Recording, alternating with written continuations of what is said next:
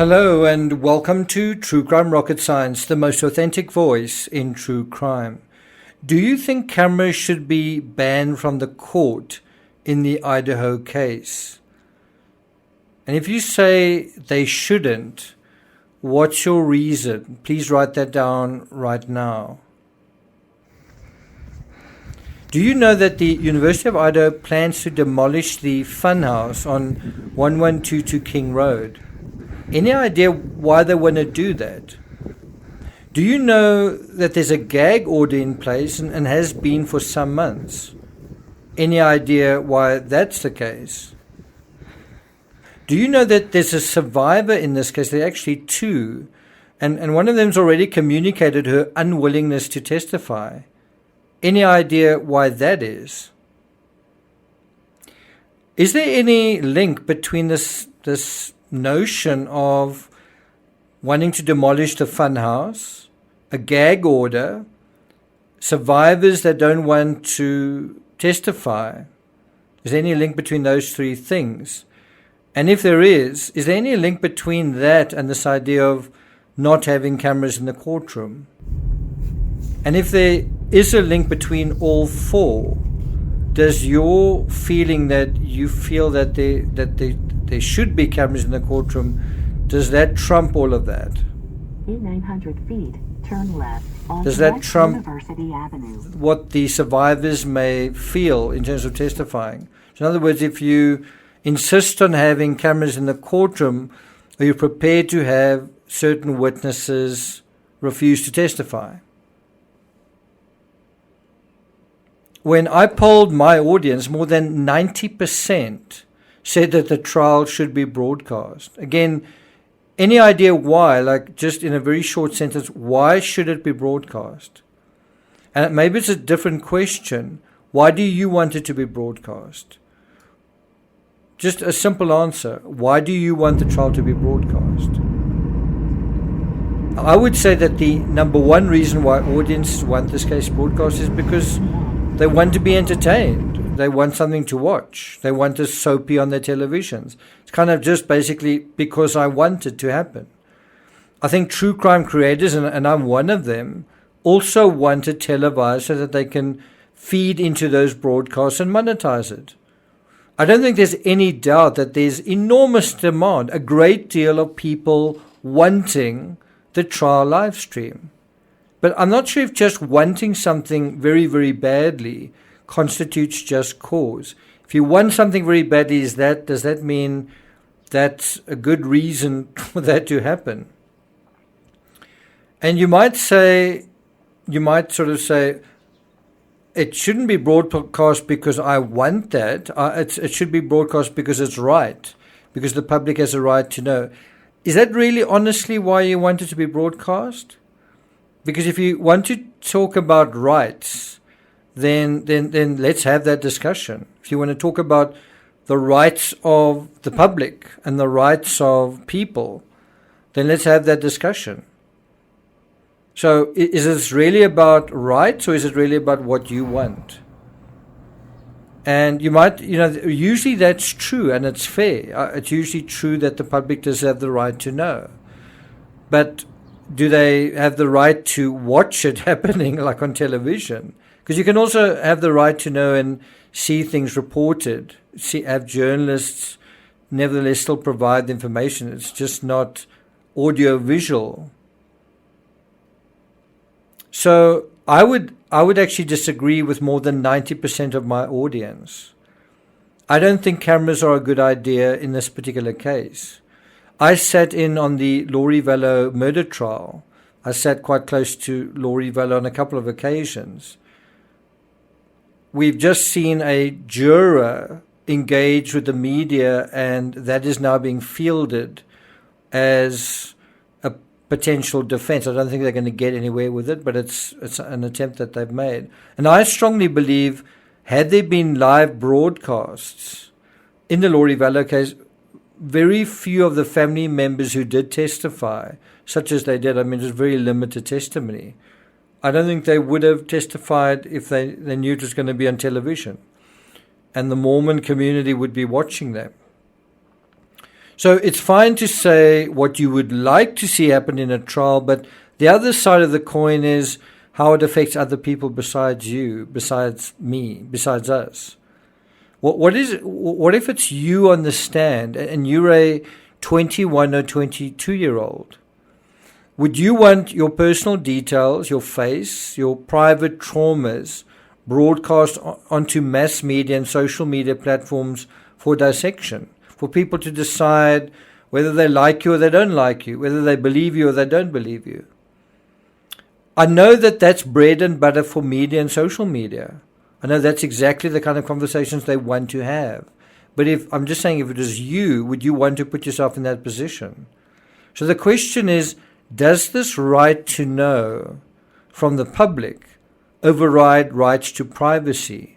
And then the next question is, should this right to know from the public override rights to privacy? What do you think? Before we get to the rest of this episode, if you haven't subscribed to the channel, please do. Like, share, leave a comment. If you're enjoying this episode, you can also hit the thanks button. And let's continue. So, a little bit of background in terms of my attitude to this particular topic. We're going to go first to where we are right now, and then we're going to kind of go backwards. So prior to my tour of America and numerous high-profile crime scenes in America, I mean, I went to the John Benet Ramsey house in Boulder. I went to the Delphi Bridge in Indiana. I went to the 1122 King Road in Moscow, among others, right? And we've seen really several high-profile cases where people got devoured by the maw of the true crime media machine. Among these were the Kylie Rodney case, where the prime suspects at one time or another were either Kylie's friend, where people said, oh, was she really her friend? It was Sammy, do you remember her? Or it was her boyfriend. So the people closest to her became the prime suspects that's within the true crime media machine. And obviously we've all moved on from there. But what has that aftermath been like for those people? Then there was also the Nicola Bulley case. I was personally horrified to see what much, if not most, of the true crime community is becoming today. Rabid and ravenous, but you'd imagine a genre that's about truth, justice, things like motive and psychology. You'd think that all of these efforts to try and figure out other people and what they're thinking, what they're doing, what's going on, does that also lead to some self-awareness? What am I thinking? What am I doing? What are my motives? What's my psychology? Is what I'm doing truthful and in the pursuit of justice? Is it part of the greater good? So in case after case, we've actually seen our social media and the media, but especially social media, actually seems to interfere with and undermine police investigations. So much so that in the Nicola Bulley case, they had to cordon off the park where the incident happened, and eventually they arrested someone for crossing critical lines. In the Idaho 4 case, we also saw someone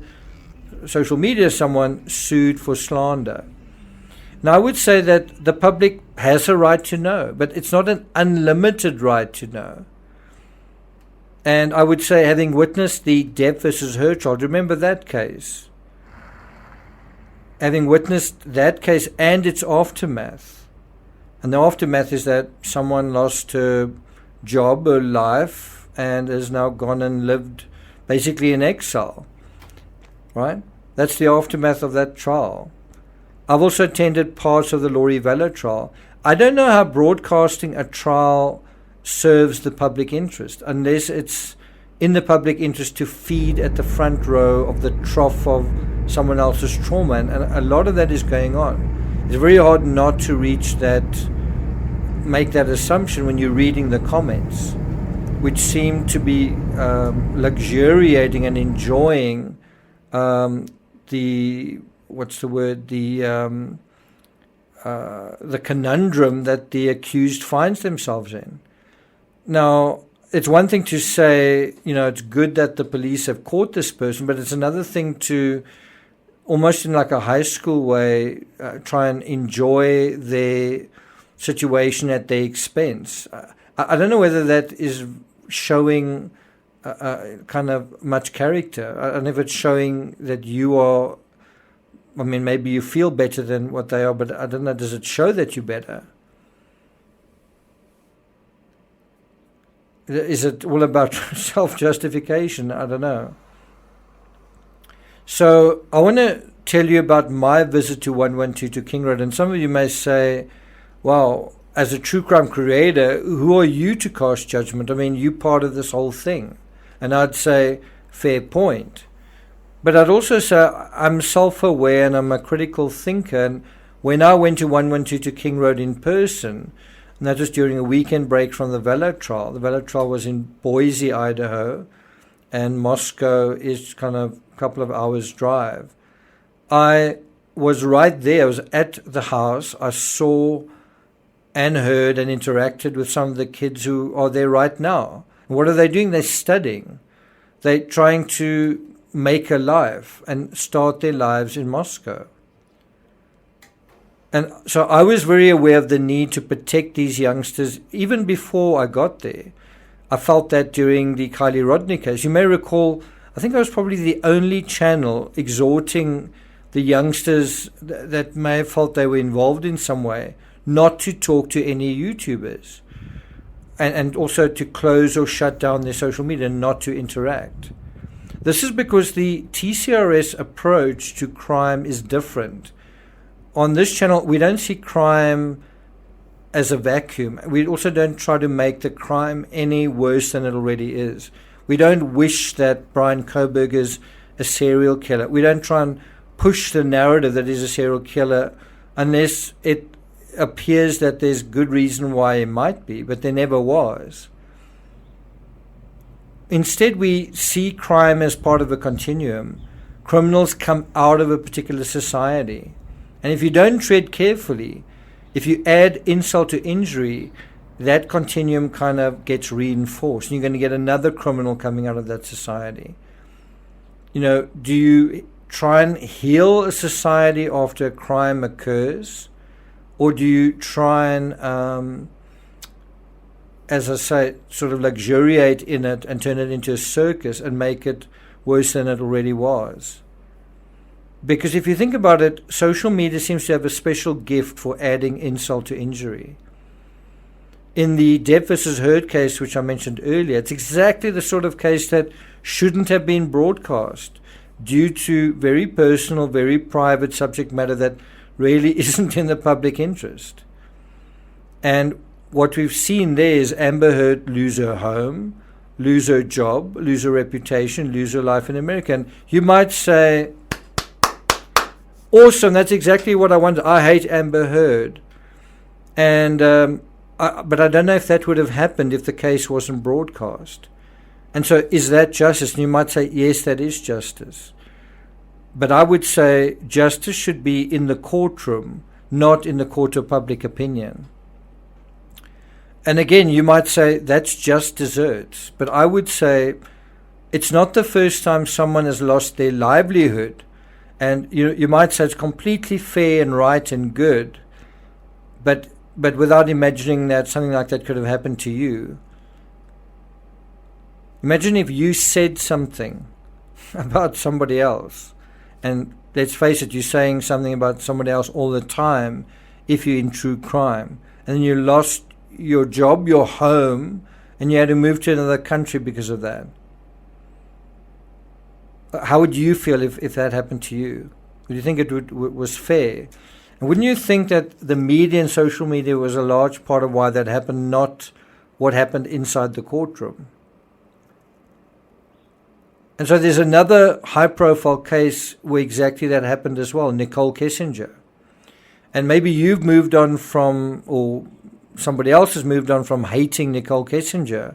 It's a little bit harder to move on if you've forever been associated with Chris Watts and blamed and had yourself maligned. You see what I mean?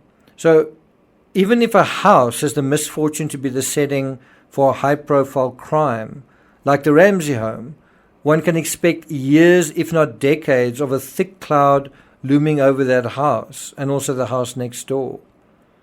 Right? Is that fair?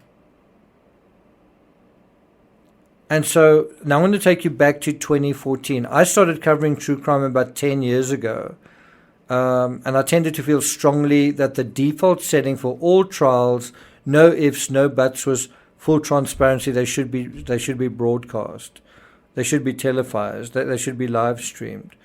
I think the Oscar Pistorius trial really benefited from that sort of transparency, in the sense that justice did eventually prevail in that case. Had cameras not been allowed in the courtrooms in that case, I'm not sure if justice would have prevailed. I'm serious about that.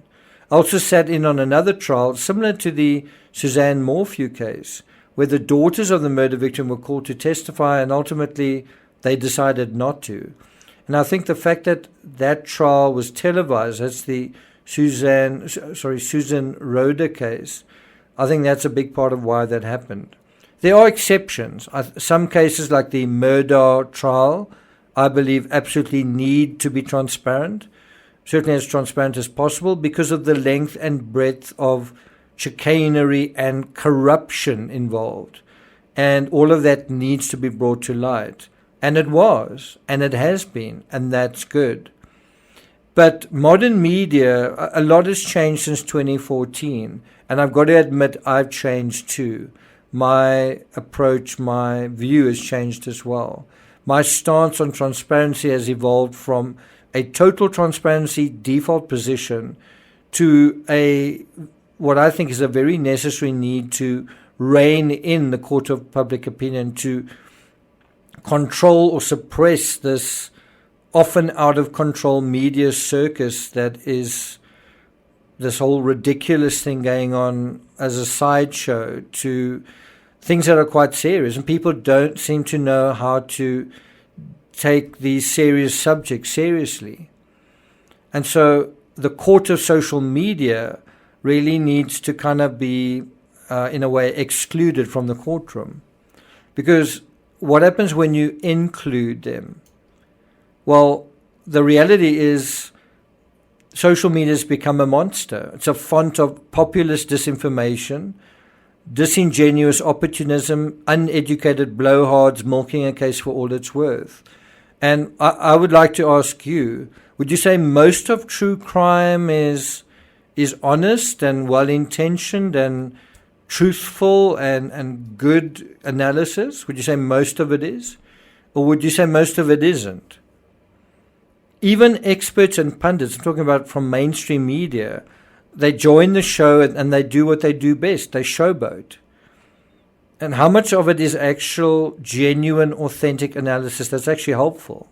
How much of the analysis has been helpful up to now, where we've been told that KOHBERGER is a serial killer? Somewhere along the line, truth, justice, and the American way is discarded along the way of trying to find truth and justice. I find that quite sad. And so that brings us back to Moscow. Besides just the general level of mischief one can expect from social media amidst a high-profile setting, the situation in Moscow is quite unique. This is a student town. It's actually quite small as well. So we can't have this case defining Moscow. The people who live there don't want it defining them. The university doesn't want this case defining its students. You know, they want to be seen in a particular way as vandals, right? And with sort of a positive, fun sort of vibe, not as peripheral to a high-profile murder. And something that is going to cause people to withdraw and, you know, at a time when you're supposed to reach out and live, become the opposite. Become introspective, become self-conscious, become anxious. And so we need to find a way to help that not happen. And so in the same way that the house is being demolished to contain the tsunami of curiosity, and one has to say negative curiosity, to curtail this negative interest in the area, the trial, I think, has got to be curtailed as well. So in a way, the same way that you demolish the house and you limit the amount of interest and people coming there, by shutting down the broadcasting, you also curtail that unnecessary level of negative interest. And I was someone who went to the crime scene. I certainly didn't tell everyone and sort of take videos of myself in front of the building and showboat. I went there, I did some investigation, I took notes, I took photos, and the idea was basically because that building's not going to be there eventually. But when I did go there, you encounter the neighbors. You meet the kid who works at the convenience store down the road. You interact with the kids who work at kind of like a diner. And, they interact with one another, and you get a sense of them and their lives. You get a sense of the little sort of games the college kids are playing on a weekend. I think one that I passed was honk and you must drink or something like that. And shouldn't they be protected from like just an unlimited amount of this sort of negative explosion, just fixating on one thing? Or shouldn't they? Should this case just be allowed to get as big and wide and large as it wants to become? And it's okay if they feel small beside it. What makes the Moscow trial different to, for example, Letitia Stout, which was broadcast, and Laurie Vella, which wasn't, is that the people at the center of it are young. That's what's different. They're just starting their lives. And if we're not careful, you could actually ruin another life or more lives, multiple lives than have already been ruined. And that can happen by turning this despicable narrative into a defining one. It becomes such a big narrative that that's all you can think of when you go there. And so I've been quite surprised at the tone deafness surrounding this case in terms of the media. In the aftermath to the gag order, I've got to admit being surprised, even baffled, at journalists, many of them have got a legal background, simply ignoring the gag order. You're a journalist, you know what the law is, I presume the difference between right and wrong. Oh, but I'll just ignore the gag order because it suits me to do that. And I'll just continue reporting on the Idaho students case regardless. I'm not going to give it a break. I'm just going to keep reporting on it. And how? Well, thanks to an endless series of leaks from anonymous sources. And effectively what all those leaks do is it once again undermines the trust one has in the authorities, because some of what was said there differs from what law enforcement have said. Now, as someone who's written dozens of books on true crime, including on the Chris Watts case, I understand how it can seem as if the authorities are suppressing information at our expense. In the John Benet Ramsey case, there were grand jury indictments that were kept secret by the authorities for years, and it was finally exposed by a journalist, a bolder journalist. It does happen. We do need to be vigilant. Do you think that's what's happening here? Do you think if the authorities want to keep a lid on this case, it's because there's some kind of conspiracy? No, it's because they're trying to protect the students that are there, and aren't they right to do that? In the Chris Watts case, I believe there were vested interests at work attempting to make sure that the case didn't go to trial to protect their vested interests. And had it done so, had the Chris Watts case gone to trial, I think it could have done society a lot of good. Talking about multi-level marketing, talking about fracking and extraction industries, especially very close to residences. What does that involve? But now the aftermath to that case is a seemingly tireless attempt to prosecute a British YouTuber. If only we saw that level of commitment, of trying that case in a criminal court as it ought to have been. So it's quite hard to look at some of these headlines and tweets and not get a sense of twisted irony about them. From News Nation, is speculation hurting the KOHBERGER case? Who's been speculating almost the most on this case? Then there's an expert who's mentioned in the Defense Exhibit A, and she's actually been talking about it on Twitter, almost as if it's a feather in her cap that she's been named in a defense exhibit, and while there's a gag order going on. Someone else tweeted that in the same paperwork, just before the graphs, it says, witnesses seeing this insanity may not want to testify. And the insanity refers to kind of what's going on in the media and social media. It's described as insanity. It's kind of just another word for garbled garbage, right? There's a lot of garbled garbage going on that sort of presents itself as analysis. So to reiterate, I think broadcasting the KOHBERGER trial would be good for us. It would be certainly good for my channel, but I don't think that's a good enough reason to allow unfettered access. Freedom of speech and just this idea of First Amendment rights, I don't know if that trumps the fragile rights of some of the youngsters in the story, the survivors for one, but also the students who must try to make the most of their lives despite the tear in the fabric of their communities. And, if this is going to be on televisions every day for weeks while they're trying to study and while they're trying to do their thing, you can imagine how it's going to be a big step backwards for them. Do you know that the University of Idaho plans to demolish the funhouse on 112 King Road? Any idea why? Well, to protect the students who still live there, to protect them from the sharp beaks and the constant squawking of media and the social media blackbirds. What's the real reason? To protect young people. Any idea why there's a gag order in place? Yes, to protect the integrity of the investigation, but also to protect the privacy of certain people. Guess what? Young people.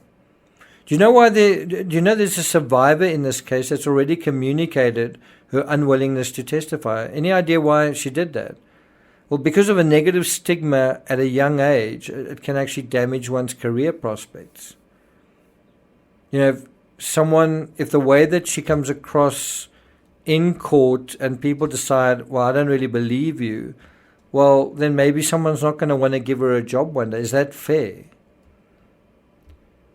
Do you know that even the parents of one of the victims have said they don't want to attend the murder trial of their own son, while thousands of salivating trial watchers are eager to snap up their seats? Any idea why? Do you think a media circus is somewhere anyone wants to be while grieving for a loved one? So I hope that you are at least reconsidering the sort of obviousness of it should be broadcast, the sort of default setting of course it should be broadcast. What are certain reasons why maybe it shouldn't be?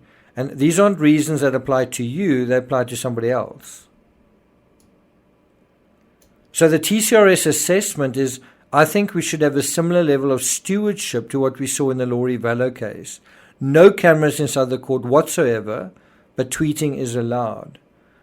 Once again, the court should be allowed to do what it's designed to do, which is to hear cases, to prosecute cases, and not to find itself in a situation where the actual court is usurped by the court of public opinion, which is what the true crime community is dying to do in this case once again. It's not only this trial, I think, where we need to impose these sorts of restrictions, but most high-profile trials, basically most high-profile cases going forward. Does that make sense? Do you agree?